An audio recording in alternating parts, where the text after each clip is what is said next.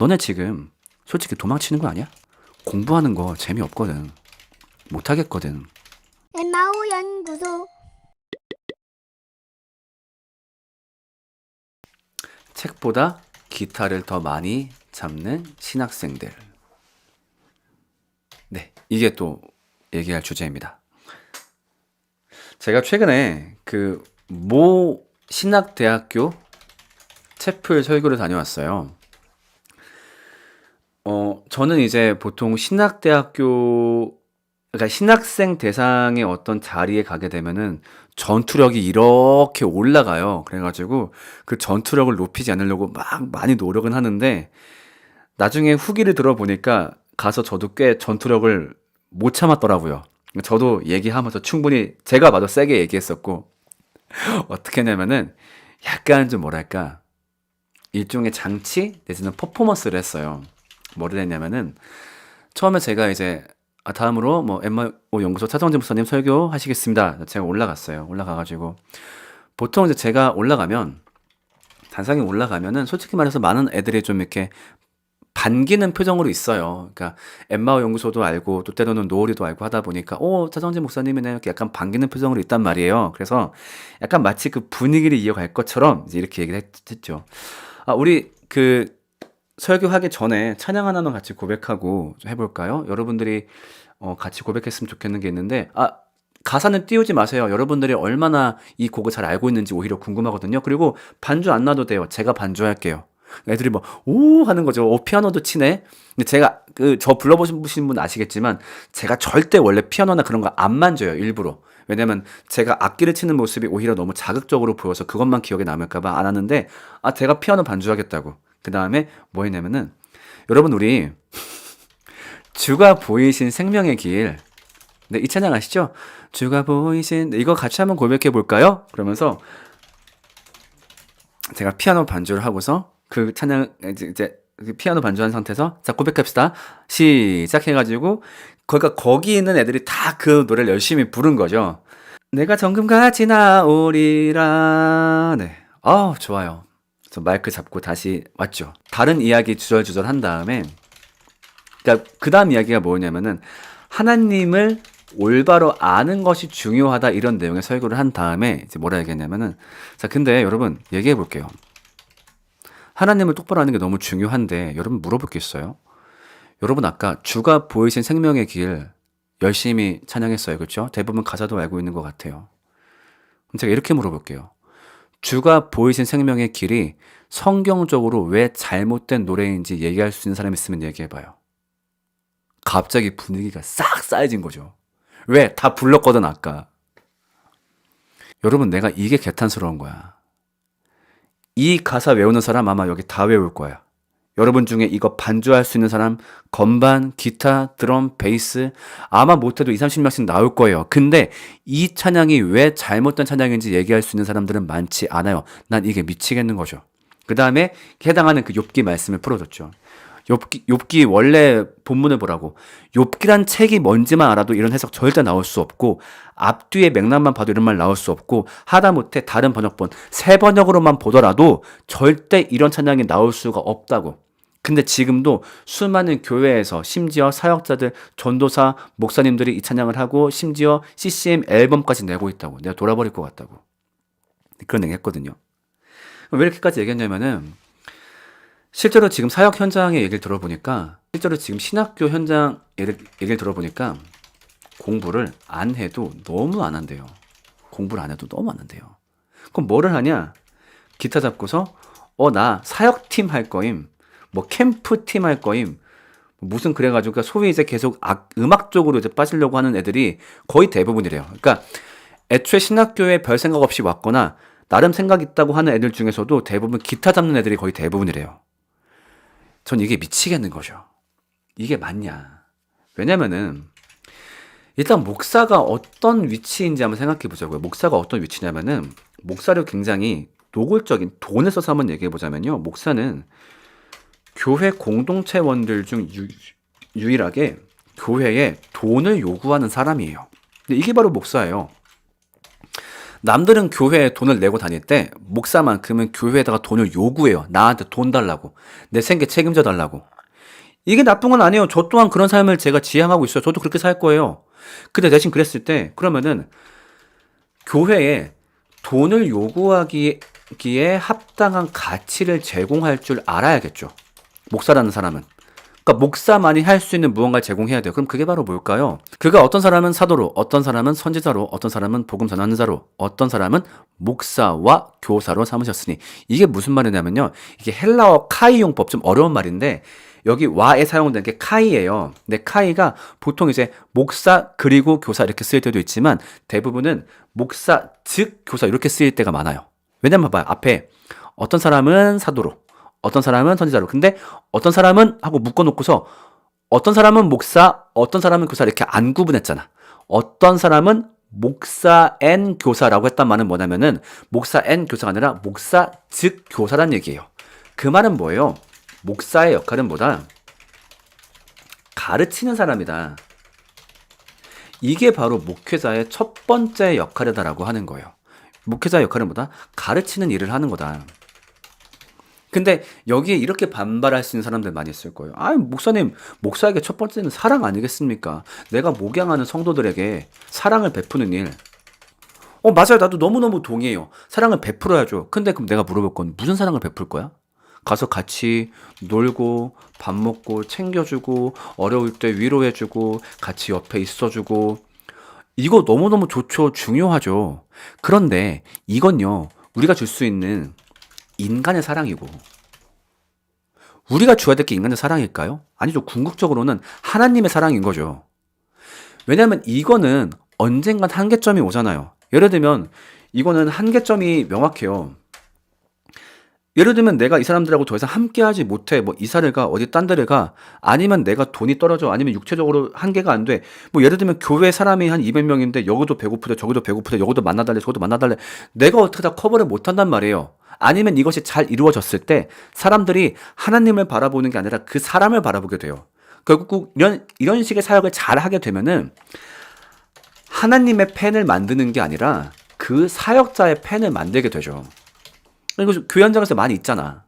그러니까 뭐 어떤 목사님 새로 왔어, 전도사님 뭐 학생들 새로 왔어, 애들하고 너무 잘 놀아줘, 막 축구하고 라면 끓여 먹고 그 다음에 어디 뭐 노래방도 놀러 갔다 오고 너무너무 좋아. 그럼 애들이 어떻게 고백해? 우리 목사님 짱이에요. 근데 그 목사님 예를 들면 갑자기 교회에서 잘려, 뭐 딴 데로 가. 그러면은 목사님 떠나갔어, 울면서 나 교회 안 나갈래.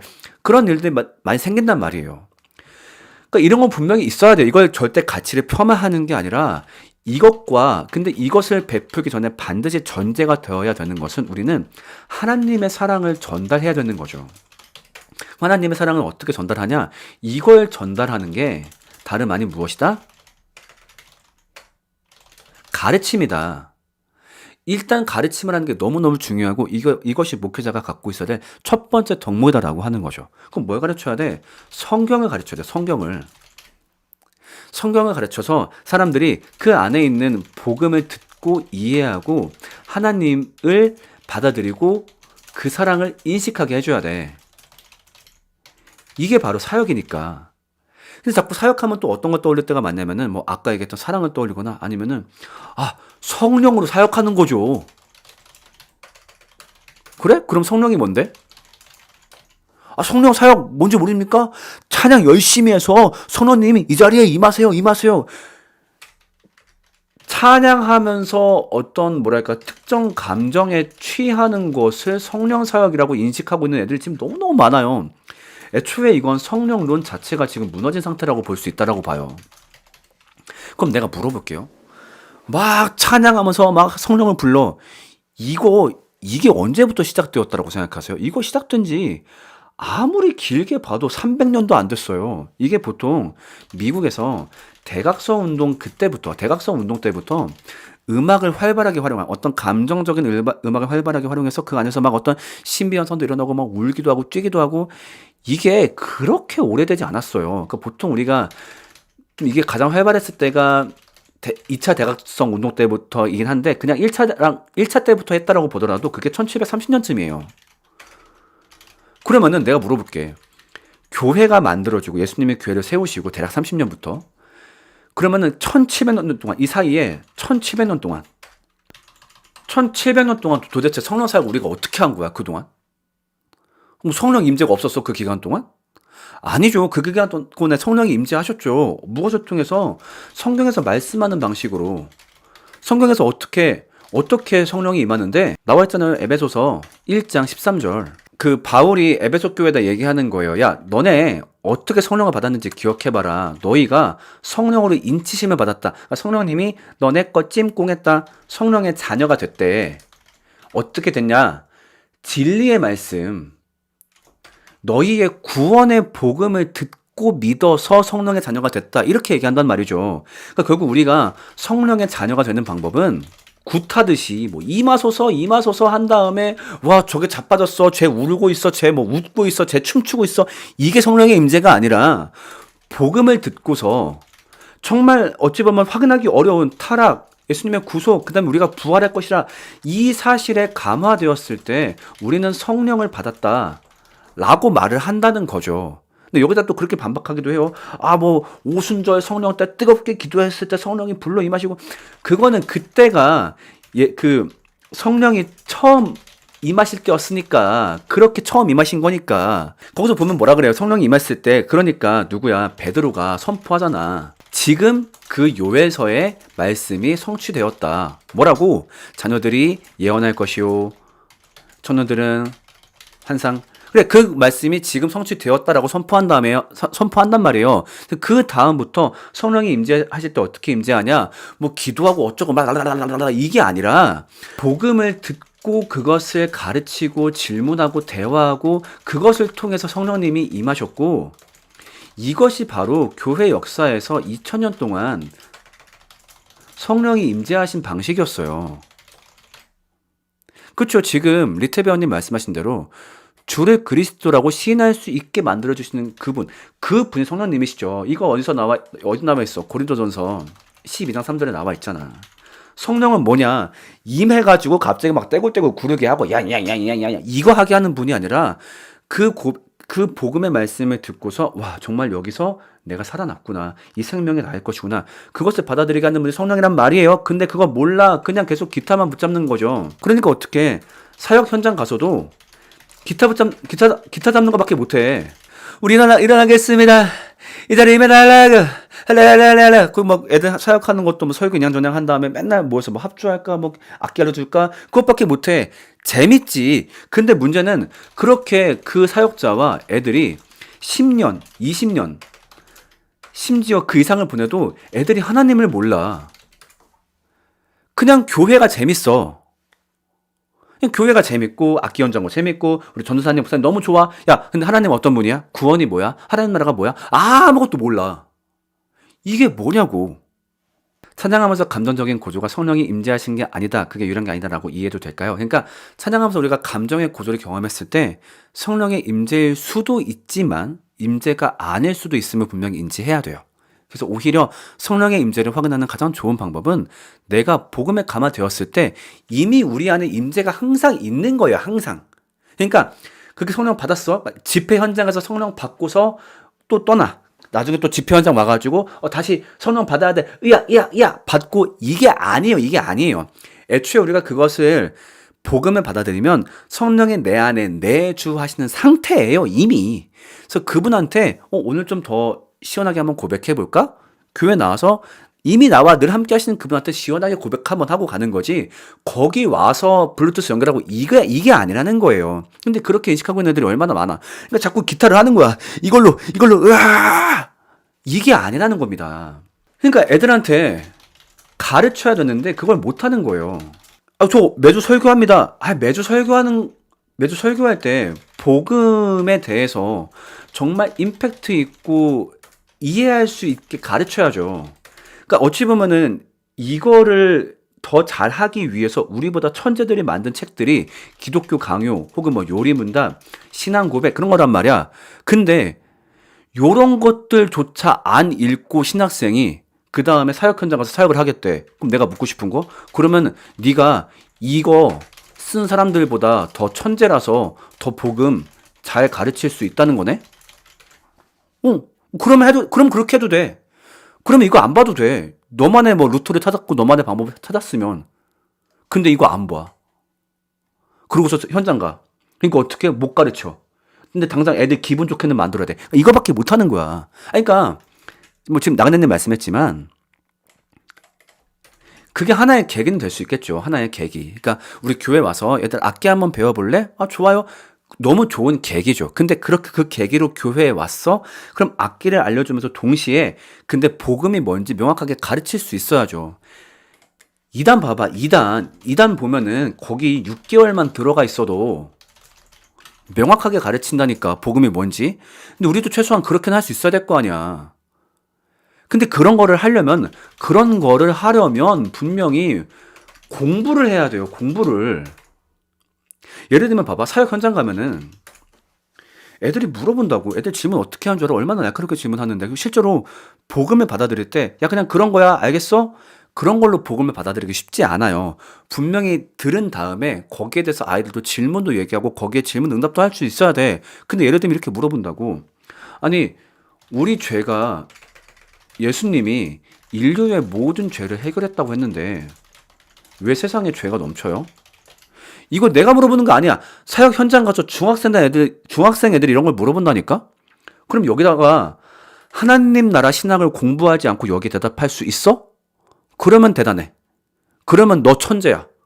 근데 모르잖아. 어떤 애 또 뭐라 물어보는 줄 알아? 홍수 설화는 노아 홍수와 굉장히 비슷한 형태로 길가메시 서사시나 이집트 설화 에도 똑같이 있는데 그럼 창세기가 그 책들의 복사판이라고 볼 수 있지 않을까요? 이렇게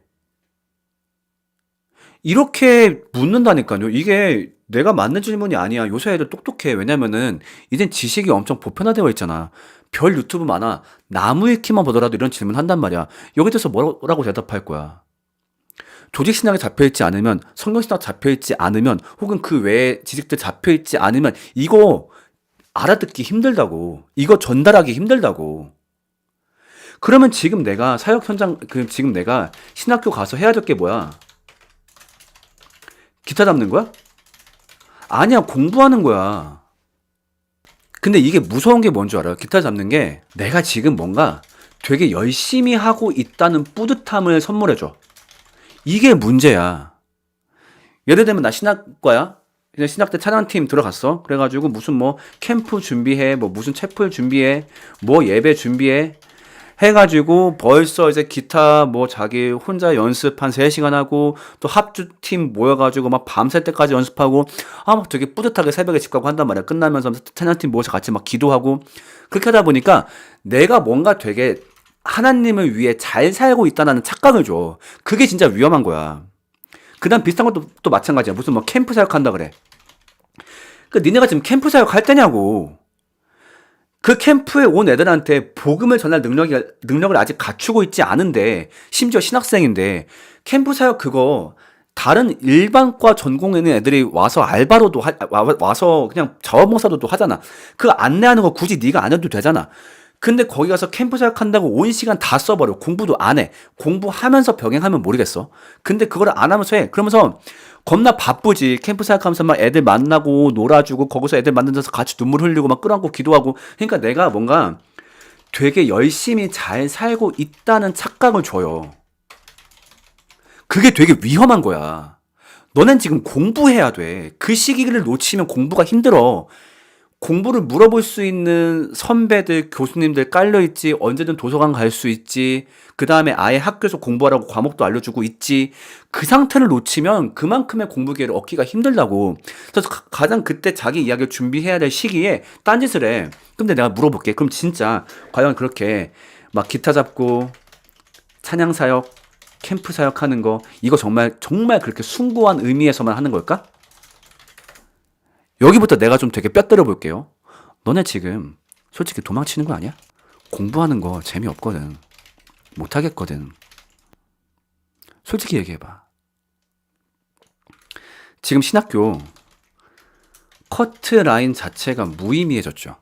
심지어 서울권에 있는 신학교들도 교수님들이 이제는 막 그 학교마다 혹은 고등학교마다 돌아다니시면서 거의 영업을 뛰어요. 제발 보내만 달라. 그냥 입학시켜 주겠다. 국어 영역 5등급, 6등급, 7등급, 8등급, 9등급 이런 친구들이 지금 현재 신학교에 입학하고 있어요. 왜? 그냥 보내달라고 하니까. 그리고 자기도 사실 어렸을 때부터 교회 왔다 갔다 한 거 말곤 딱히 한 거 없음. 공부를 열심히 잘하는 것도 아니야. 내가 뭔가를 열심히 사랑해 본 것도 아니야. 그냥 엄마 아빠 말 듣고 교회만 왔다 갔다 했어. 그 와중에 갑자기 목사님이 나한테 목사님이 자네 신학해보면 어때? 근데 사실 이 목사님도 알고 봤더니 교수님한테 부탁받으심. 누구 목사 저기 그 교회에 신학과 좀 보낼 만한 애 없어? 좀 한 명만 좀 보내줘봐. 아직 나 미치겠어. 그 보내주면은 내가 저기 1년간 장학금은 내가 줄게.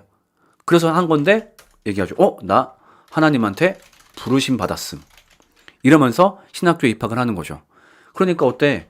국어 영역 6, 7, 8, 9등급 국어 영역 그 상태에서 5, 6, 7, 8, 9등급이 신학책을 읽으려고 해. 눈에 들어와? 안 들어오지. 못 읽겠지. 왜? 평소에 책을 읽어본 적이 없으니까. 그러니까 어떻게 공부하다니 못하겠고 자연스럽게 떠오르는 게 뭐야? 기타인 것이. 이거는 안 어렵거든. 안 지루하고 재밌거든. 그 다음에 심지어 명예욕도 충족이 되거든.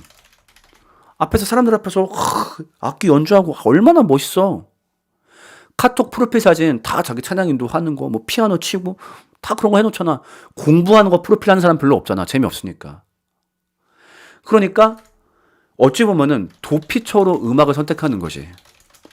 그래서 자기가 나중에 무슨 뭐 찬양 사역팀 아니 뭐 무슨 어디 워십팀 들어갈 거래. 야 그럴 거면은 그냥 애초에 실용음악과 가지 그랬어. 근데 여기는 갈 실력이 안 되지.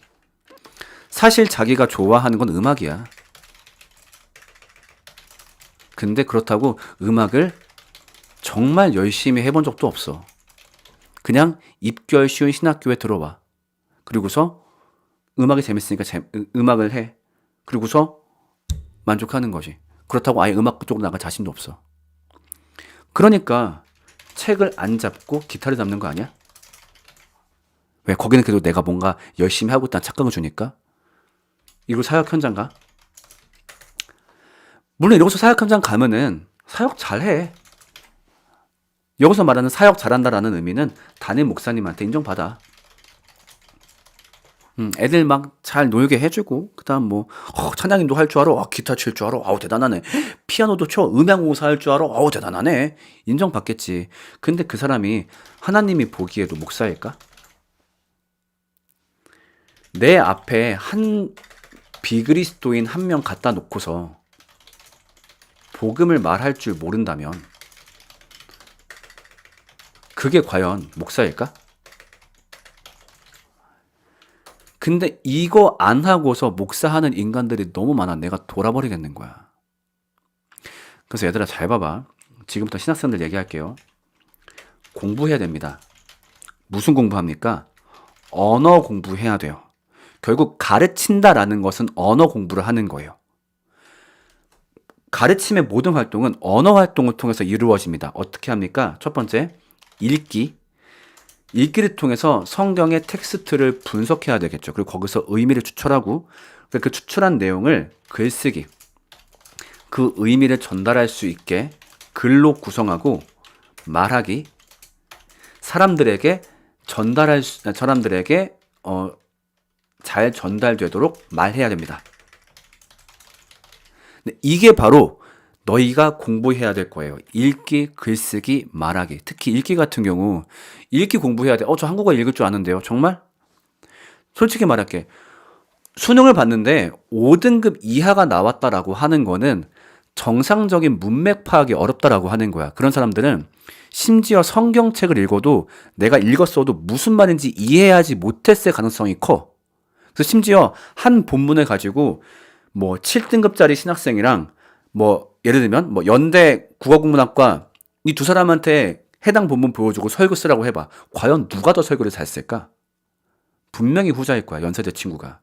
그러니까 내가 만약에 읽기가 안 된다라고 하면은 지금부터라도 책을 읽어야 돼. 그냥 딴 거 없어. 그냥 많이 읽어야 돼. 막 못 읽겠으면 스트레스를 받아가면서 읽어야 돼. 어쨌든 이 길 들어왔잖아. 전과 할 거면 모르겠어. 관둘 거면 모르겠는데 열심히 읽어야 돼. 그래서 내가 읽는 어떤 성경뿐만 아니라 어떤 보조 자료들, 보조 자료의 텍스트를 읽고서 분석할 수 있는 힘을 길러야지. 너희들이 보고 있는 신약계론, 구약계론 그거 내가 보고 읽을 줄 알아야지. 물론 여기다가 영어, 헬라어, 히브리어 바라지도 않을게. 그냥 한국말만 제발 제대로 읽어줘. 그 다음에 그 내용을 글쓰기로 전달해야지. 글을 쓸 줄 알아야지. 목사는 글 쓰는 사람이야. 여러분 제가 지금 말하는 것들 제가 유튜브에서 이런 말 저런 말 하지만 제가 말할 때 무슨 말인지 알아들을 수 있는 이유는 뭐냐면은 제가 글쓰기 연습을 뒤질나게 했기 때문이에요. 글쓰기는 뭐냐면은 말의 명료성과 합리성을 키워주는 연습의 글쓰기야. 그러니까 저게 무슨 말인지 알아듣겠다. 그러니까 어떤 사람은 그런 친구 있어. 열심히 공부를 하는데 글쓰기 연습을 안 해. 그러면 그 사람 말은 사람들이 못 알아들어. 지 딴엔 공부를 많이 했는데 단상에 올라가서 무슨 말 하는지 모르겠어. 그거는 그 사람이 공부를 많이 해서 문제가 있는 게 아니라 글쓰기 공부를 안 해서 그래. 글쓰기 공부를 같이 해줘야 돼. 그 다음에 역시 말하기도 연습을 해야 돼.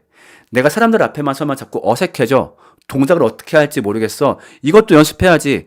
카메라로 내 설교 듣고 녹화한 다음에 내가 말할 때 뭐 어떤 발음이 안 좋은가, 안 좋은 습관이 있는가, 내가 자꾸 땅바닥을 보는가 연습해야지. 물론 말하기 같은 경우는 경험이 그냥 오랫동안 쌓이면 잘하게 되는 게 있어. 그렇다 보니까 지금은 읽기랑 글쓰기에 대해서 미친 듯이 연습해야 돼요. 니네가 지금 해야 될 게 그거라고. 기타 잡고 이거 할 게 아니라. 근데 이번 물론 기타 할 줄 알면 좋겠지. 근데 대부분 경배할 수 있을 만큼 다 잘 하잖아. 근데 지금 거기에다가 시간을 너무 과하게 쓰고 있잖아.